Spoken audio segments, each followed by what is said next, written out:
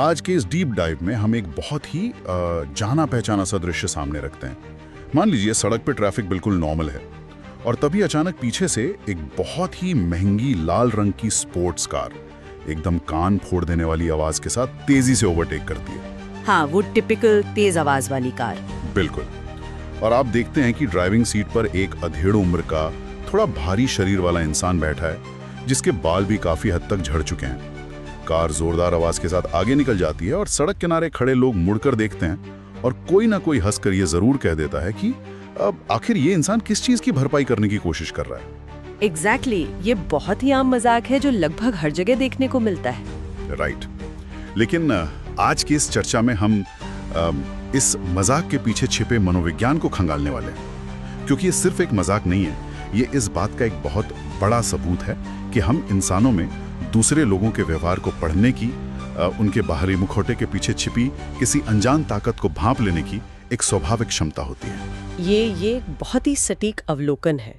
मतलब वो sports car वाला उदाहरण भले ही एक घिसा पिटा मजाक लगे, लेकिन ये इंसानी स्वभाव की एक बहुत गहरी सच्चाई की तरफ इशारा करता है। अगर हम उस ड्राइवर के मनोविज्ञान को बारीकी से समझें तो ये बात सामने आती है कि वो कोई अपना शौक पूरा नहीं कर रहा है, बल्कि वो बहुत ही अचेतन स्तर पर यानी अनकॉन्शियस लेवल पर अपने ढलते हुए यौवन या कम होती ऊर्जा या अपनी किसी गहरी असुरक्षा को छिपाने की कोशिश कर रहा है। मतलब वो जानबूझकर ऐसा नहीं कर रहा है? बिल्कुल नहीं। वो इंसान खुद इस बात को कभी स्वीकार नहीं करेगा। उसके लिए वो कार सिर्फ एक शौक हो सकती है, लेकिन मनोविज्ञान की दुनिया में वो चमचमाती लाल कार उसी दबी हुई भावना का एक बाहरी रूप है। और इसी दिलचस्प विषय को गहराई से समझने के लिए आज हम स्विस मनोवैज्ञानिक कार्ल जुंग की मशहूर शैडो थ्योरी का सहारा लेने वाले हैं। अच्छा, शैडो थ्योरी। हाँ, इस सिद्धांत के जरिए हम ये समझेंगे कि लोग दूसरों के व्यवहार को कैसे आंकते हैं, अक्सर गलत धारणाएं कैसे बनती हैं और कैसे इंसान का अपना ही अचेतन मन उसके हर छोटे बड़े फैसले को पूरी तरह से चला रहा होता है। यार, ये मुखौटे और अंदरूनी असलियत की बात ना सच में बहुत उलझी हुई लगती है, क्योंकि जब भी हम लोगों को देखते हैं तो हम अक्सर उनके बाहरी व्यवहार या उनकी बॉडी लैंग्वेज के आधार पर तुरंत एक राय बना लेते हैं, जो कि बहुत स्वाभाविक है। हाँ, लेकिन कई बार ऐसा होता है ना कि किसी इंसान को पूरी तरह से गलत समझ लिया जाता है, सिर्फ इसलिए क्योंकि वो बाहर से जो कुछ भी दिखा रहा था उसके अंदर की सच्चाई उससे बिल्कुल उलट थी। बिल्कुल सही कहा। तो बाहरी दिखावे से हटकर उस इंसान के अंदर के मनोविज्ञान को समझने के लिए सबसे पहले ये समझना जरूरी है कि ये शैडो आखिर है क्या चीज। मतलब क्या ये इंसान के अंदर छिपा कोई विलन है? क्योंकि जब भी परछाई या शैडो की बात होती है तो दिमाग में सबसे पहले कोई नेगेटिव या डरावनी छवि ही आती है। यहीं पर अक्सर लोग सबसे बड़ी गलती करते हैं। मतलब शैडो का मतलब सिर्फ कोई बुराई या कोई डरावना विलन बिल्कुल नहीं है। अगर हम मनोवैज्ञानिक नजरिए से देखें तो शैडो इंसान के व्यक्तित्व का वो हिस्सा है जिसे उसने अपनी पूरी जिंदगी में खुद से अलग कर दिया है, जिसे उसने अपनी पहचान मानने से इनकार कर दिया है। मतलब उसने खुद ही उसे दबा दिया है। एग्जैक्टली।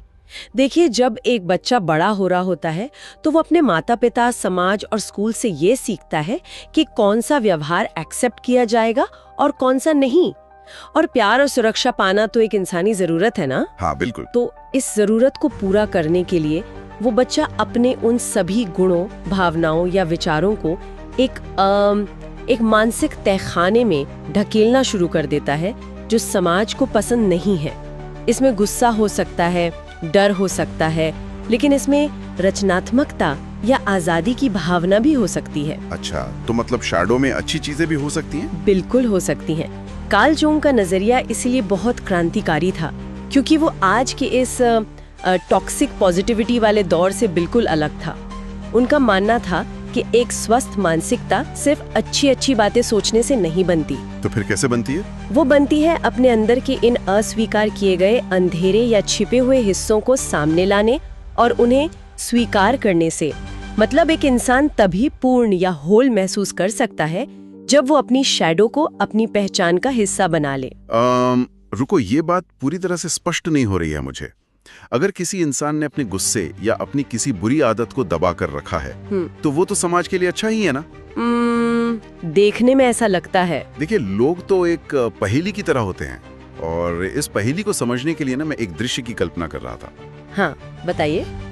मान लीजिए कोई इंसान एक स्विमिंग पूल में है और वो हवा से भरी एक बड़ी सी वो जो कलरफुल बीच बॉल होती है ना, उसे पानी के नीचे धकेल कर रखने की कोशिश कर रहा है। बहुत ही बढ़िया उदाहरण है ये। तो अगर हम इस शैडो को वो बीच बॉल मान लें तो उस बॉल को पानी के नीचे दबाए रखने में बहुत ज्यादा शारीरिक और मानसिक ऊर्जा खर्च होती है। मतलब वो इंसान उस बॉल को हमेशा के लिए तो नीचे नहीं रख सकता ना। बिल्कुल नहीं रख सकता। कोई ना कोई ऐसा पल जरूर आएगा जब वो थकेगा, उसका ध्यान भटकेगा और वो बॉल एक जोरदार झटके के साथ पानी फाड़कर बाहर उछल आएगी। तो क्या शैडो भी इसी तरह काम करती है? 100%। ये बीच बॉल वाला उदाहरण इस पूरी प्रक्रिया के न्यूरोलॉजिकल हिस्से को बहुत शानदार तरीके से समझाता है। जब कोई इंसान अपनी किसी भावना को दबाता है तो उसका दिमाग एक बहुत ही भारी कॉग्निटिव लोड उठा रहा होता है। कॉग्निटिव लोड मतलब दिमाग पर बोझ? हाँ, एग्जैक्टली। दिमाग का वो हिस्सा जो हमारे फैसलों को कंट्रोल करता है, उसे लगातार ये मॉनिटर करना पड़ता है कि वो छिपी हुई भावना कहीं बाहर ना आ जाए। ये एक बेहद थका देने वाली प्रक्रिया है और हम जिस दुनिया में रहते हैं वो पूरी तरह से द्वैत यानी डुअलिटी पे टिकी है। जैसे यिन और यांग? बिल्कुल यिन यांग की तरह। जहाँ रोशनी है तो अंधेरा भी है। इंसान का दिमाग हमेशा एक संतुलन की तलाश में रहता है। अब आपके इस बीच बॉल के उदाहरण को एक रियल लाइफ सिचुएशन में रखकर देखते हैं।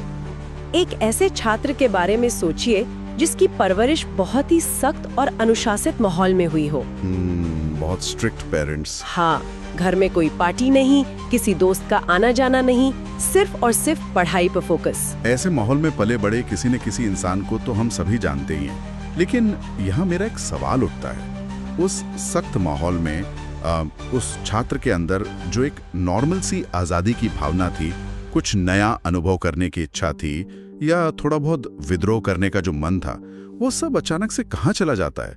क्या वो डिसिप्लिन उसे सच में बदल देता है? वो बदलता नहीं है, बल्कि वो सब कुछ उस बीच बॉल की तरह पानी के नीचे चला जाता है। उस छात्र की वो आज़ादी और विद्रोह की भावना उसकी शैडो का हिस्सा बन जाती है। उसका जो सचेत मन है वो पूरी तरह से एक आज्ञाकारी बच्चे का मुखौटा पहन लेता है। राइट, वो बस दिखावा कर रहा है। हाँ, लेकिन यहाँ प्रकृति का एक नियम काम करता है। किसी भी चीज को जितना जोर से दबाया जाएगा वो उतनी ही ताकत से वापस आएगी। जब वो छात्र अपनी शुरुआती युवावस्था में पहुंचता है, मान लीजिए जब वो पहली बार कॉलेज जाता है जहाँ कोई बंदिश नहीं होती, जहाँ पेरेंट्स नहीं होते देखने के लिए।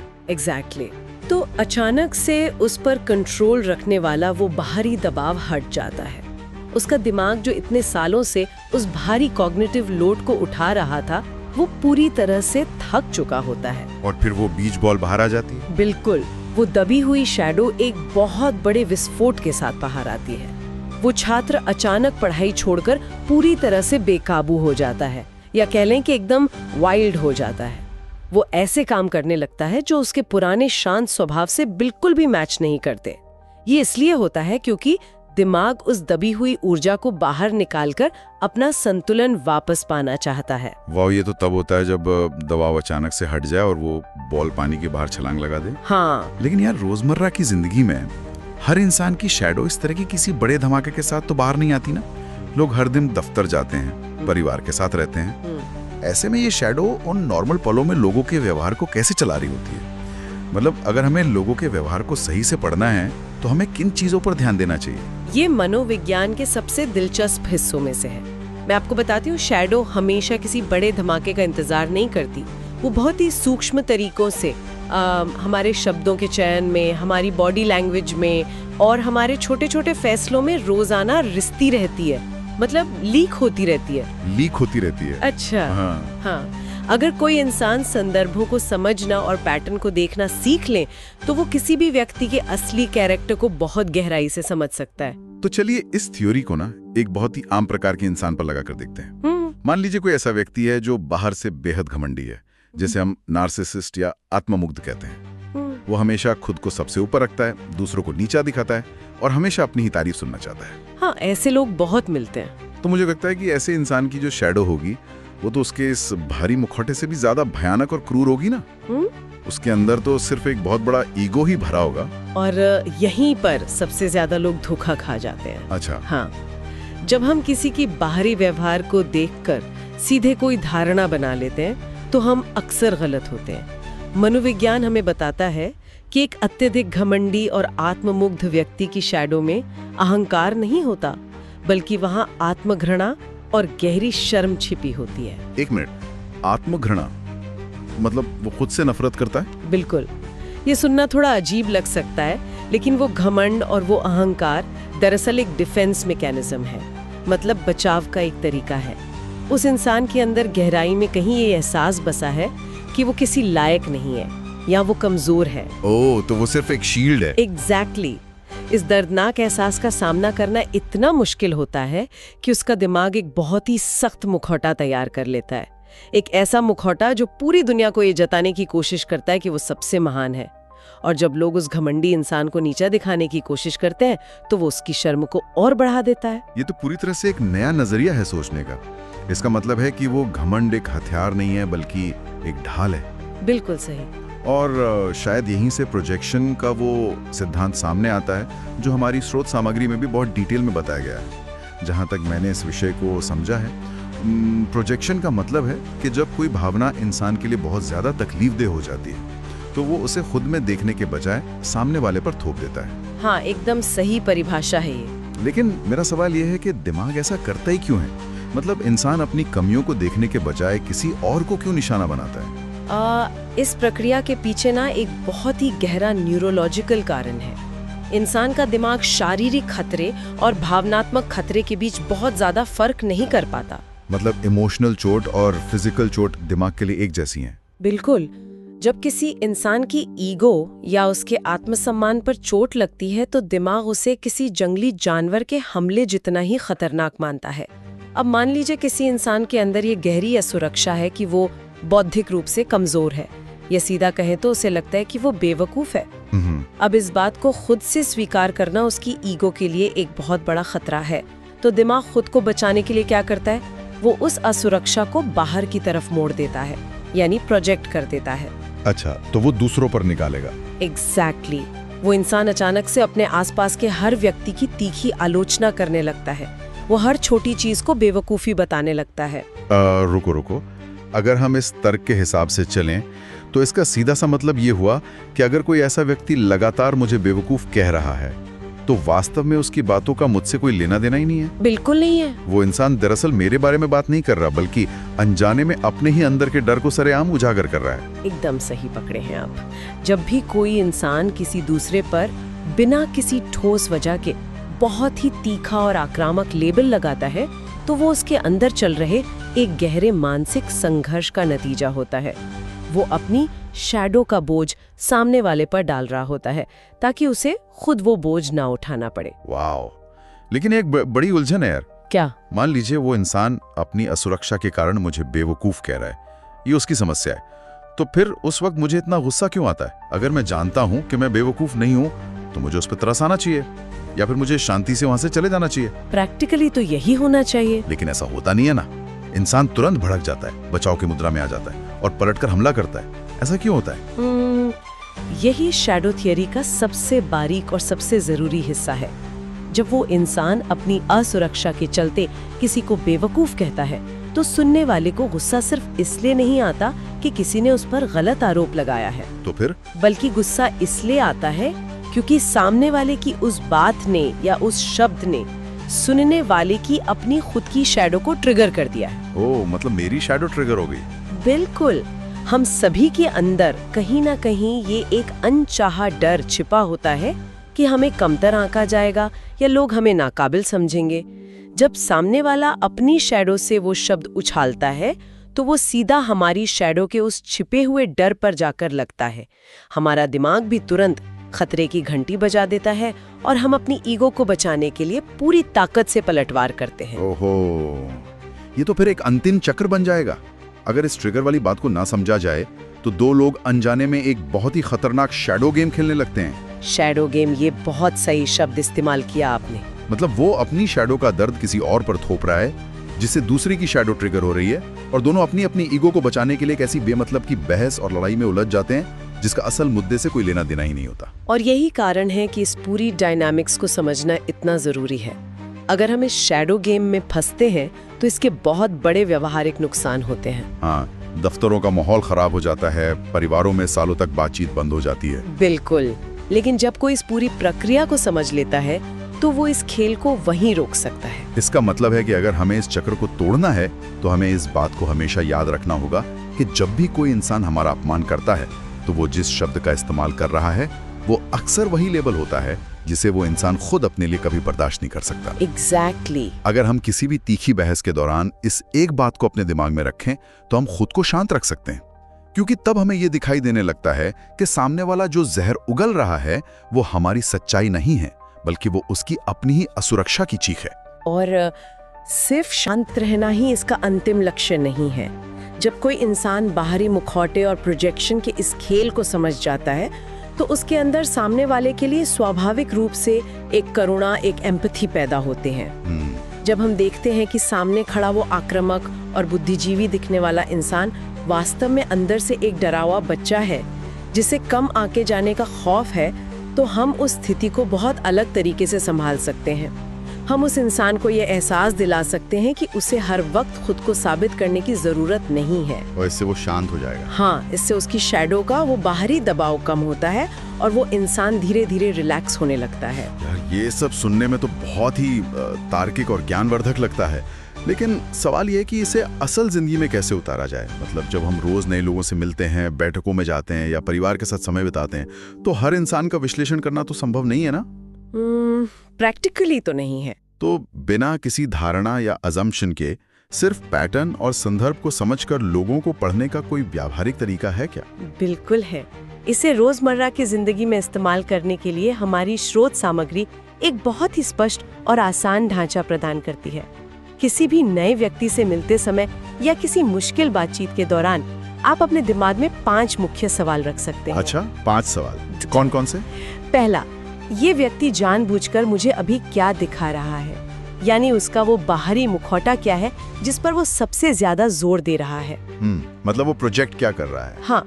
फिर दूसरा सवाल, इस मुखौटे को देखकर क्या लगता है कि ये इंसान अपने बारे में क्या स्वीकार नहीं करना चाहता, मतलब उसकी शैडो में कौन सा डर या कौन सी कमजोरी छिपी हो सकती है। राइट। तीसरा सवाल, वो छिपा हुआ हिस्सा उसके बाहरी व्यवहार, उसकी बॉडी लैंग्वेज और उसके शब्दों के चयन को कैसे चला रहा है।